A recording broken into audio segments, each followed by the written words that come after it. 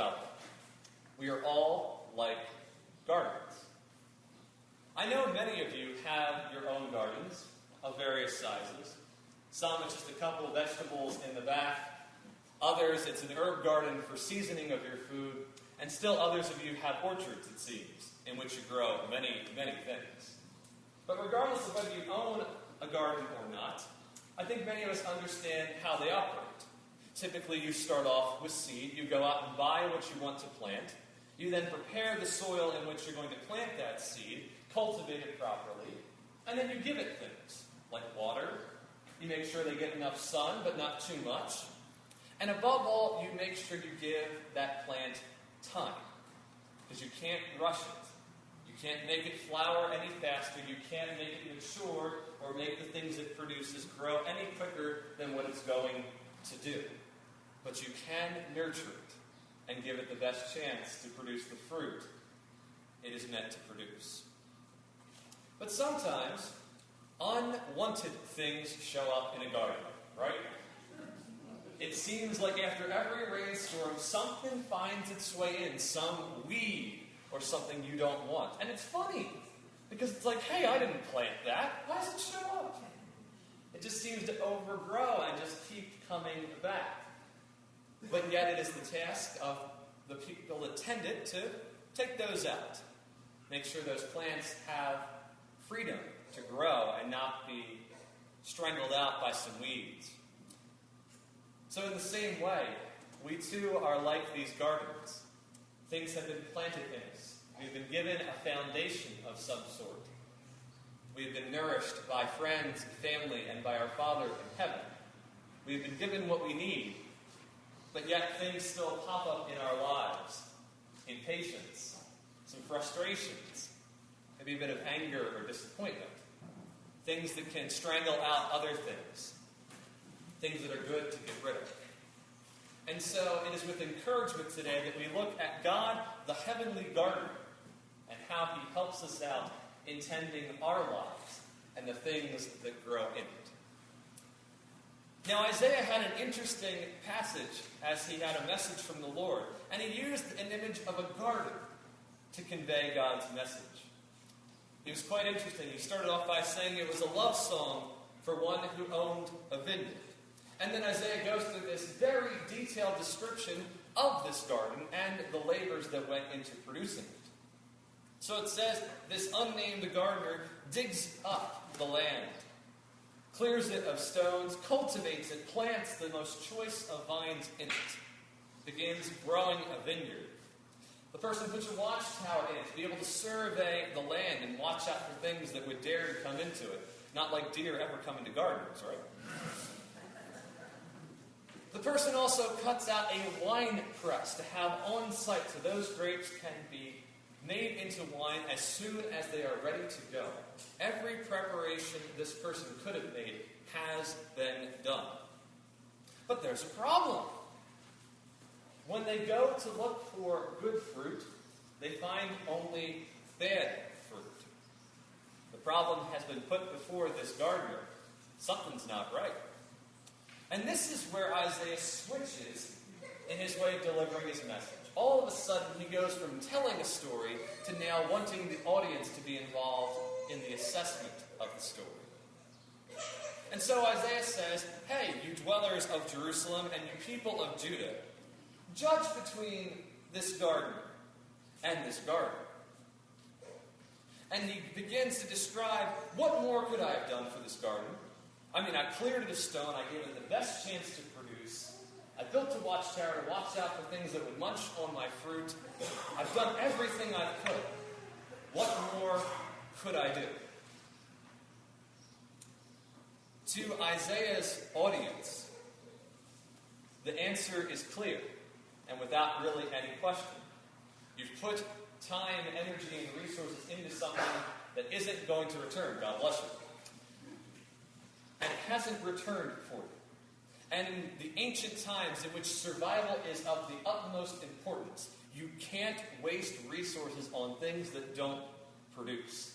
You're talking about an agricultural society in an area where vineyards were a huge source of income. I don't know if any of you know this, but in the ancient world it was safer to drink the wine than the water, because you didn't have the means to cleanse the water of the day any better.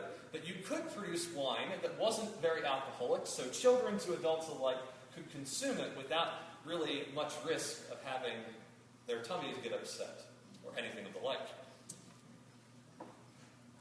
But so Isaiah says what this garden will do. He will tear down the walls, the hedge, the things that protect the garden, and will let it become overgrown. He won't cultivate it anymore. He'll let it go. He won't put any more into it. And Isaiah's audience may very well have agreed with that, except they don't know who this is.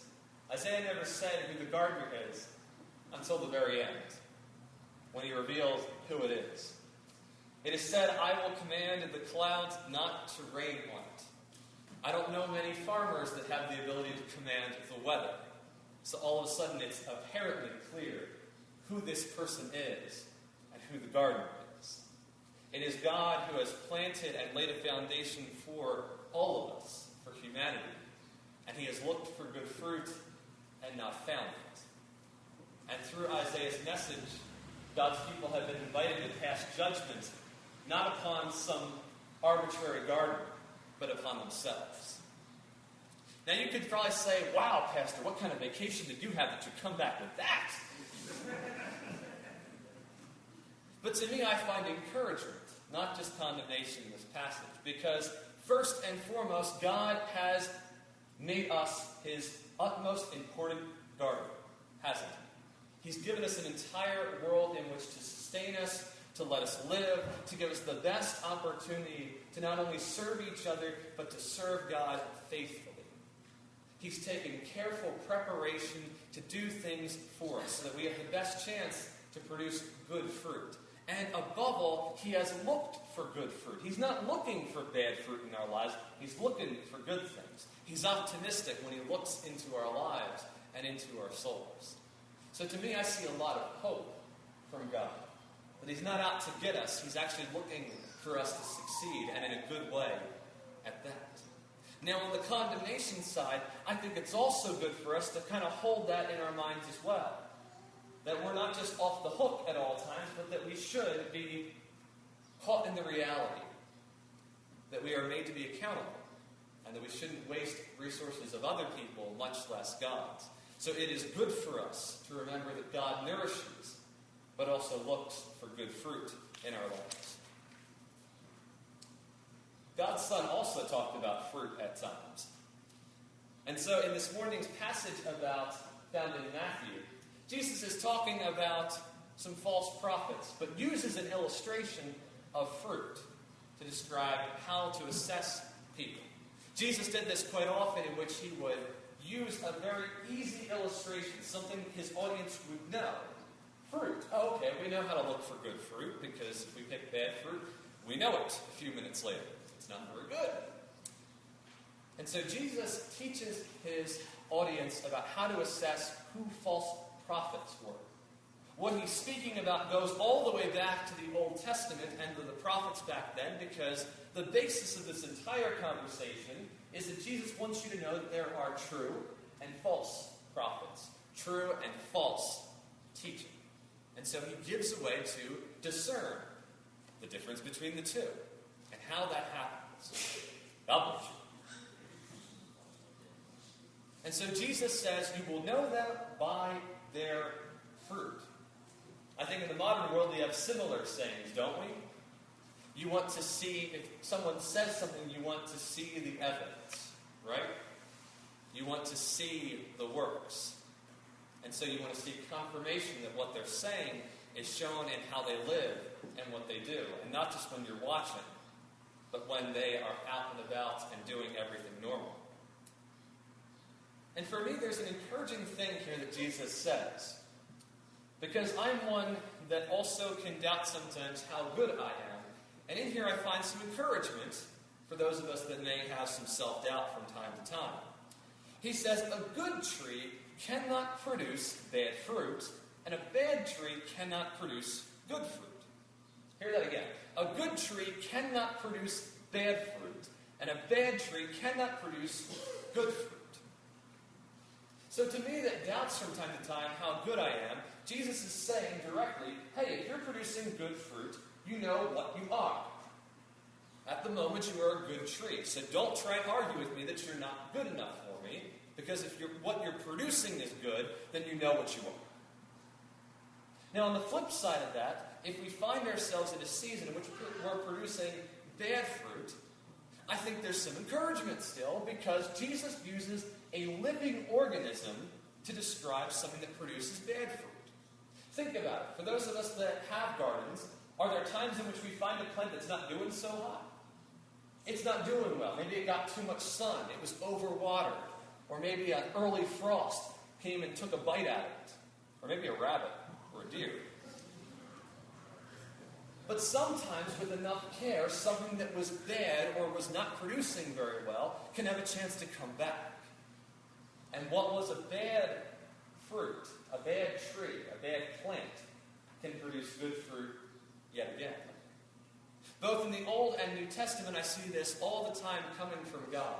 That regardless of the message he gave, whether it was a harsh one of warning or judgment upon his people, God always included hope for the future. That if we turned ourselves around, there would be grace for us.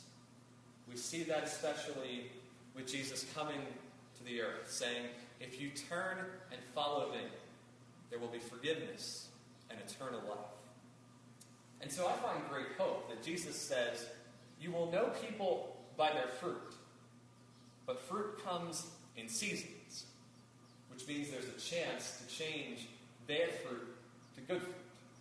I think we all know that, right? From time to time, we might have a couple fruits of impatience, of frustration, anger. I don't know. I'm just saying a few things that come to mind. You know, we get that way from time to time. It can get a little cranky, and that happens. But those are seasons. And the very next day, we could be joyful. We could find patience. But to do that, we need to take a look at our garden, don't we? We need to do an assessment of what is within us. Just like from Isaiah, there's a watchtower. We too should also get a wide view of how our lives are. And to be truthful.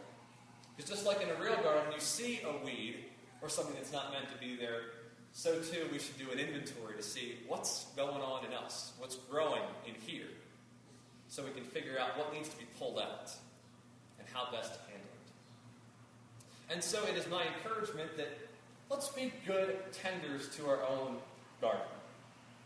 Because in our lives, certainly there are things that we have planted. We have tried to be more patient. We've tried to be more understanding. We have planted those seeds. Others have also given us a chance to have things planted in us. Family members, friends, mom and dad, all kinds.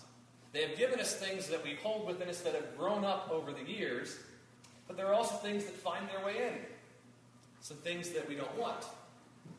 And it's only by doing a wide view of who we are that we can really see what's there and what needs to come out. But thanks be to God, friends, that we're not in this alone. That God is willing to step in and help us. He's only a prayer away. And if we let him know that there's some weed that needs to be ripped out of us, I think he'll very graciously meet the request and help us with it. But we're also in this with a body of believers around us. Because thanks be to God that we're not the only ones that deal with a little bit of anger and frustration from time to time. We wouldn't be the first in history. So we can go to each other and ask for some help. Ask for some accountability. And if they see that little sproutling of a weed popping up, they can say, hey, you notice that? You're a little short today. And they can help us. It is a good thing. And just like a garden, each season is new. And we have a chance to change our lives into something beautiful. Because God is looking for good fruit from us. He is cheering us on and eager to see it. So let us be thankful for what has been laid before us and look forward to showing him good fruit. Thanks be to God. Amen.